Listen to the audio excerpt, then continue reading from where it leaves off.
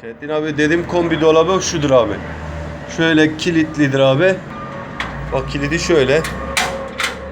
Şöyle. Bak kombi aynı kombi içindedir abi. Şöyle demir. Aha, şöyle tekrar kilitliyorsun abi. Şöyle kombi dolabı abi. Heh. Kilitliyorsun. Anahtarı çıkartıyorsun Çetin abi. Ondan sonra bak böyle. Görünümü de şöyle. Hani adam duvarı deliyor, tertemiz montaj ediyor, gidiyor. İstiyorsan böyle bir şey yaptırabiliriz yani. Çok şeyse abi.